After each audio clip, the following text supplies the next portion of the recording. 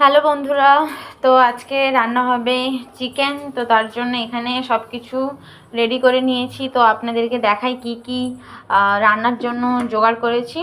তো এখানে প্রথমে আছে চিকেন, এগুলো সব ধুয়ে রাখা, সব ধুয়ে রেখেছি।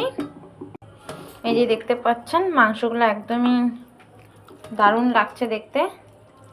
আর এখানে রেখেছি আলু, এই যে কেটে রাখার আলুগুলো কিন্তু ধোয়া আছে, সব কিছু এখানে আলুগুলো ধোয়া আছে। আর এখানে আছে চিকেন।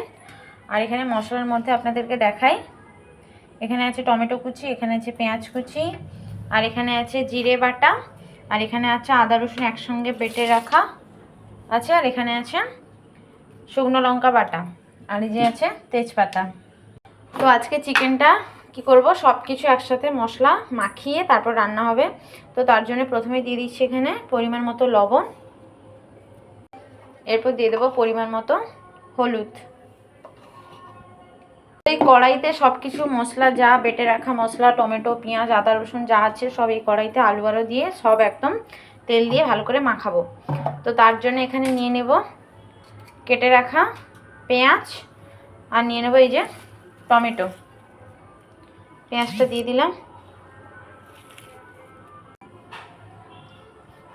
আর এখানে বেটে রাখা শুকনো লঙ্কা, সব মশলা এখানে দিয়ে দেবো। দিয়ে দিচ্ছি আদা রসুন বাটা, এরপর দিয়ে দিচ্ছি সরষের তেল। তো বন্ধুরা এই যে সব মশলা একদম দিয়ে দেওয়া হয়ে গেছে। তো এটা মাংসের সঙ্গে ভালো করে মাখাবো।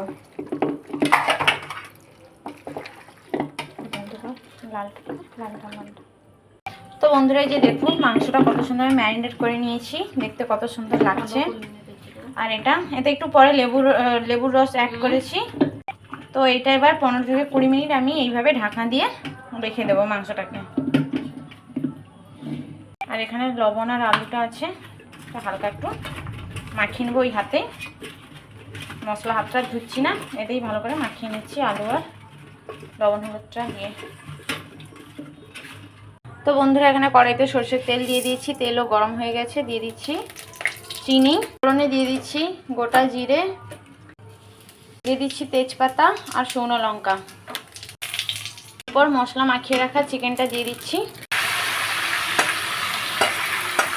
এরপর হালকা একটু নাড়াচাড়া করে ঢাকা দিয়ে দেব। তো বন্ধুরা লবণ হলুদ মাখিয়ে রাখা আলুটা দিয়ে দিচ্ছি। তো ওর উপর একটু নাড়াচাড়া করে নিচ্ছি।